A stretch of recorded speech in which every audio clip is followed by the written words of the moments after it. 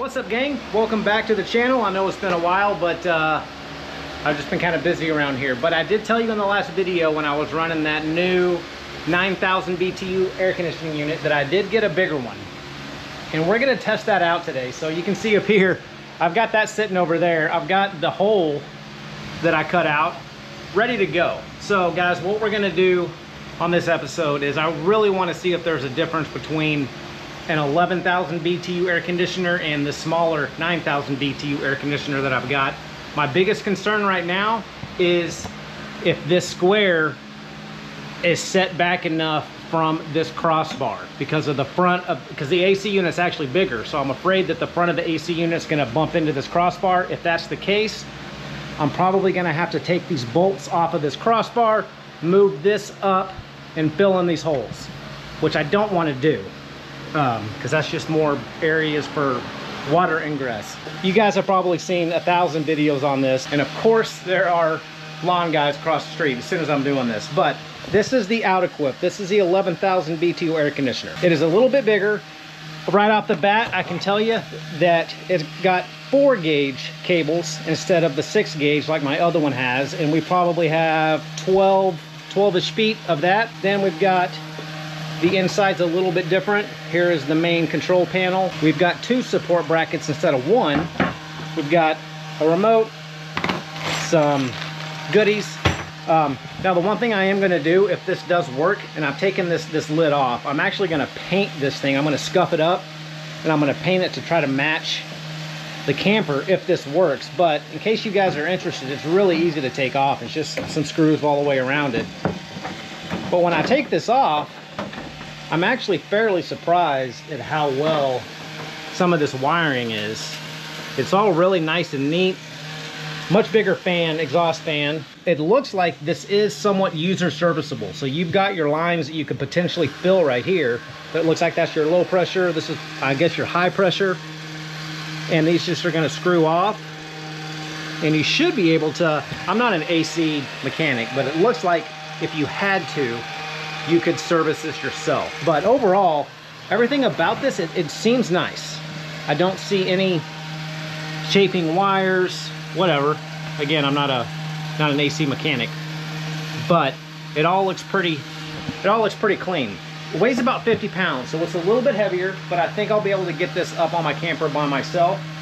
Honestly, what kind of makes this thing awkward is the weight of the cables. Those are pretty heavy cables. Which leads me to my other dilemma. I drilled holes in my camper for 6 gauge cables, and those 4 gauge cables are not gonna fit. So I'm gonna have to get new. So that's where these 6 gauge cables are going in. So I'm probably gonna have to drill one more 3/4 inch hole and get another one of these Sea-View ports, waterproof ingress ports, and put it back there just to get 2 of the 4 gauge cables down into my camper. But that'll be easy, I hope. Let's get this thing on top and see if it fits, and hopefully I don't have to move these crossbars. This is the somewhat tricky part, but it's just amazing actually how light these AC units actually are. Try to get this thing on the roof, see if it fits.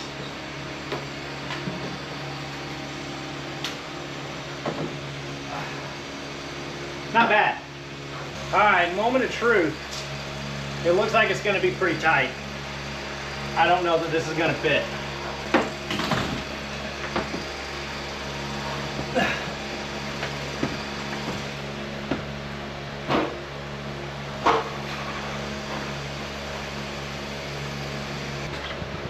Oh my gosh. I got about 1/8 of an inch to spare, I think. I think that's good news. I'm gonna have to go underneath to make sure that I'm not covering up any vents that need a vent to the outside. But I think that's good news. All right, let's see if I'm as lucky as I think I am.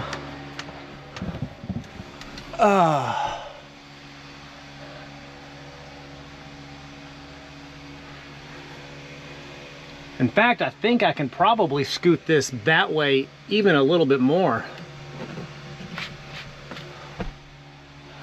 Awesome. I don't have to move those crossbars. That's a good thing.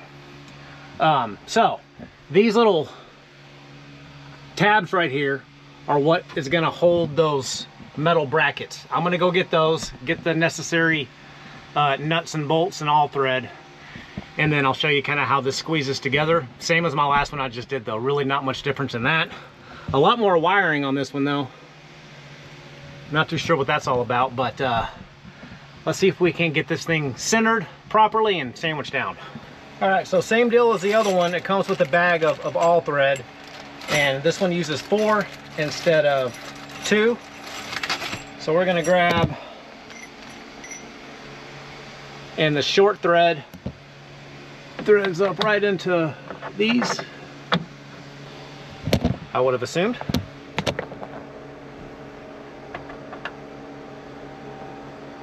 Oh, yeah.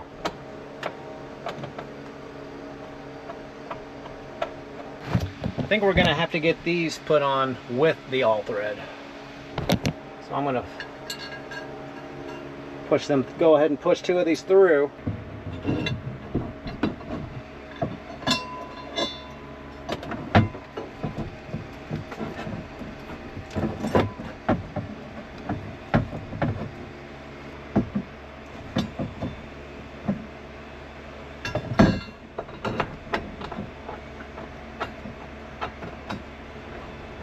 Then we got a nylock nut, a washer, and a lock washer that you can't really see, but that's just going to go on each of these ends of the all thread and really pull this bracket up tight and hold that AC unit to the roof. And then you just rinse and repeat for the second bracket. So I'm going to get both of these put on, then we'll torque them down and see if I can get this control panel put on that's hopefully a little bit easier than the last one that I just did. So let's get that done. So one shirt change later, I finally got this installed. It was a little difficult just with the way that my ceiling is, and these bolts come up right against the edge. So it was quite an ordeal to get these nuts over this piece of ceiling and into this void to tighten down, but I got it done. I think what I'm gonna have to do now though is get my Dremel and shave off some of these bolts, because these do protrude below the ceiling. So that's a pretty easy fix. I've just got a little cutting wheel on a Dremel. I'm gonna come in here and probably shave each of these bolts off to where they sit above my ceiling, so when I go to put the faceplate on, I don't have these bolts coming down. But I'm gonna get all my bedding and stuff out because I don't want a bunch of finite metal shavings everywhere. So I'm gonna get that done, and then we'll work on getting the actual faceplate installed, hook this thing up to the battery, and hopefully everything works well. So we'll check back in soon. I keep saying summer's over, but it just keeps getting hotter and hotter. But let me show you folks where we're at now. I just kind of have this just pressure fit up here, kind of friction fit, but I did go ahead and trim these bolts with just a little Dremel with a little metal cutoff wheel. Now I've got, I think, 5 wire harnesses. 1, 2, 3, 4. Okay, I'm just kidding. 4 harnesses, and they're all different sizes, and they all plug in to their corresponding little port here on the actual head unit. So what I'm gonna do, I'm gonna kind of put you upside down and try to get all these things plugged into the correct place.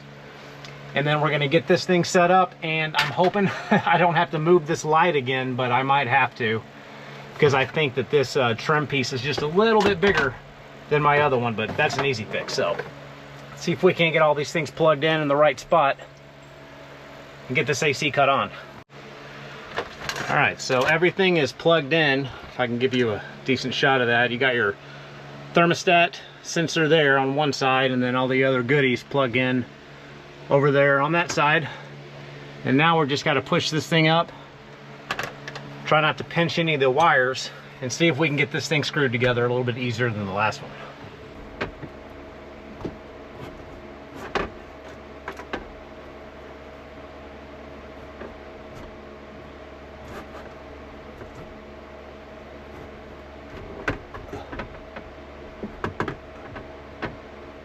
All right, well, good news is that these two pieces fit together way more snug. The little flange that's on this piece and the flange that's on the AC unit itself kind of sandwiched together to create a seal, so when that cold air comes through, it doesn't leak out, you know, up here in the ceiling cavity. And I can like feel it actually kind of like squeeze together when I push these together. So that's a good thing. It is fitting. In fact, it fits so well, I don't even have this thing screwed in. And it's kind of holding up there. But now I'm going to take these screws and hopefully be able to find the mating little screw hole in the AC unit to really get this thing kind of solidified up there on my roof. Yep, that's what I was worried about.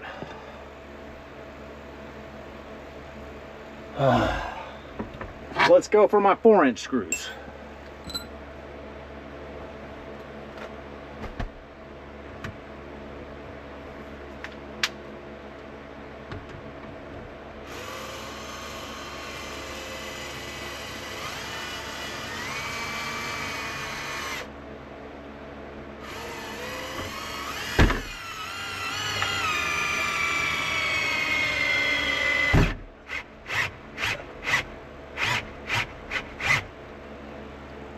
There we go.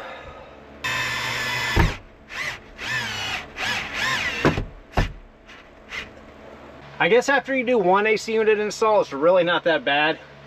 They are a little bit finicky, just because everything is such a tight fit, but we are rocking and rolling now. So we've got the 4 vents that open up here, rotate. So next thing I got to do is I'm going to temporarily hook this up to the battery. I'm going to do a 1-hour cool down test to see how much this thing will cool down, but I'm going to wait till probably 2 or 3 this afternoon until it gets really hot in this garage and let you folks know how it works. All right, guys, let me show you what I got going on here. Obviously, the unit is installed up here. I've got the 4-gauge cable coming directly out of the back of that unit and just kind of draping over the side to my big 400 amp hour battery here, which also has a meter. So I want to see, you know, how much power this thing uses, obviously. Right now inside here it is 89.4 degrees. So let's climb in here. Got the remote, put some batteries in it, did not come with batteries. And I got a lot of cleaning up to do in here now after all this, but let's get these things kind of opened up, ready to go, and cross our fingers that when I hit this power button, oh, I gotta turn the battery on.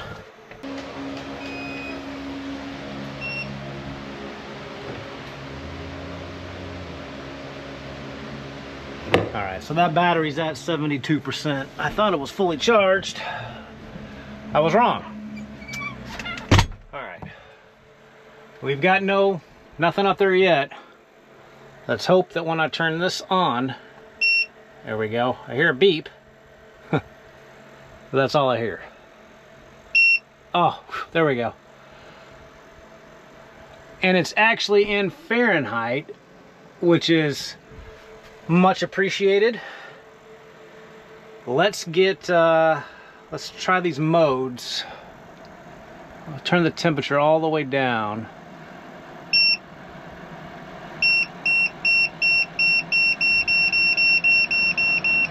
So 62 is as low as it can go. Let's get the fan all the way up. All right. Compressor just cut on, guys. Let's go see if we can monitor what it's pulling. 40 amps. 46 amps, 47 amps, back down to 40 amps. Looks like we're kind of steady at around 40 to 42 amps running on max, essentially. And we're still at 42 amps. Climbing up now to 43.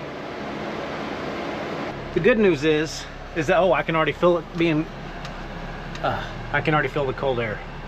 Awesome. So guys, here's what we're gonna do. It is 11:54. I'm gonna come back out here around 1 o'clock and see how much this has dropped. It's 88.7 degrees now. I am in the shade, I am under the garage, but I still think it'll be a pretty good inclination of how well this thing cools. Now, there is a drainage port right here, and in fact, you can't read it, but it says do not block the drainage outlet. So this is where the condensation is going to come out. So again, that's something I'll have to figure out if I want to try to route it somewhere toward the front. I don't know. But I'm going to come back out here in an hour and see how cool this thing is. And we're still sitting at around 42 amps. So I would say to run an 11,000 BTU AC, I saw it for a brief second get to 48 amps. That's the highest I saw it get. But again, these are way more efficient if you direct connect to a battery, unlike one of my other setups, which I have it running into a converter to, you know, run it if I'm hooked up to shore power. But 48 amps is the highest I've seen it. Anyway, let's come back in an hour. I didn't feel like waiting the full hour. We've got 10 minutes left. So this thing's been running for 50 minutes. We are sitting at 29 amps. So this thing does have a thermostat. So once it gets to temperature, it will cycle on and off. And right now, it's so quiet. I don't know if that's coming through a camera, but it is, I can barely hear it. I had to make sure that it was on because it is so quiet. The cabling is not warm at all. It does come with an inline fuse. However, I have another terminal fuse up here, so, but I'm gonna have to cut these cables anyway. So let's see what the temperature is inside. 59 degrees. I'll take it. I'll take 59 degrees in here any day of the week. Let's see if we can get a temperature of the actual air coming out. 44.2. That says 39.9. So moral of the story, guys, is from my experience, this 11,000 BTU is pulling about the same amount of amps as my 9,000 BTU at full full power. So the things I like about this one is, it might be silly, it's in Fahrenheit. We are in America, so I like seeing Fahrenheit. The only kind of weird thing is that the remote that it comes with has an LCD screen and it's showing Celsius. Super big nitpicky thing, but I wish this had Fahrenheit on it as well. But at least that does. It does have some, you can turn this off, and I'll tell you, at night when you have all these blackout windows, even like this little light up here, it lights up this whole interior of this camper. So I like that you can turn that off. Let's see, it's got a few LED lights, which is pretty cool. There's a button on the remote that says swing. I don't think that applies to this model. I guess they have another model that actually kind of swings the vents. However, these vents are manual, so that swing button doesn't do anything. It's got different modes on it. I don't know a whole lot about any of the modes because they're not in the instruction manual that I can find. I didn't look crazy hard, but I didn't see anything. But as far as like actual output or power that it consumes, it seems to be about the same as my 9,000 BTU. But I never saw that 9,000 BTU get to 39 degrees, and it cooled this camper off by 60, 70, 80, 90, 30 degrees in 50 minutes. And me sitting in here opening the door, it is still 59 degrees. And the other I guess benefit of this one compared to the 9,000, my other AC unit, is that you can route these 4-gauge cables through here if you want to run the cabling through your ceiling. To me, that's a huge pain in the butt, but it eliminates having to drill holes in your ceiling if you want to go that route. So there is an option on this particular unit where you can route the 4-gauge positive and negative cables down into it and through the ceiling, so you don't have to run those cables outside. That's another benefit of this unit, and it doesn't weigh that much. It's about 50 pounds. I can easily put it on top of the roof. So I think what I'm gonna do next, guys, and I don't even see any condensation, but let's see. Yeah, it's not, I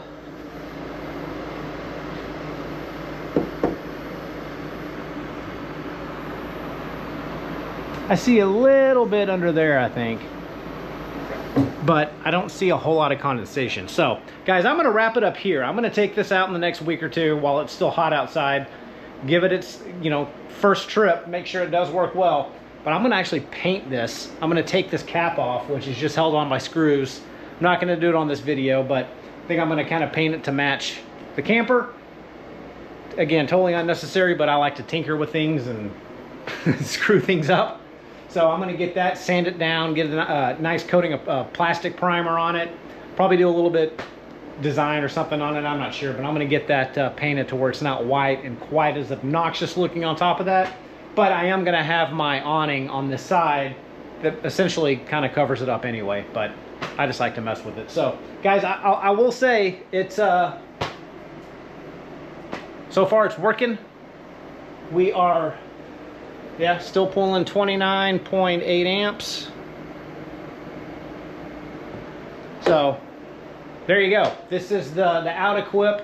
There's hundreds of videos on this specific unit now. I've seen on YouTube. I got to cut one more hole in my roof to get both cables in, because the hole that I have is too small to get two 4-gauge cables through. So I will have to buy another waterproof ingress port.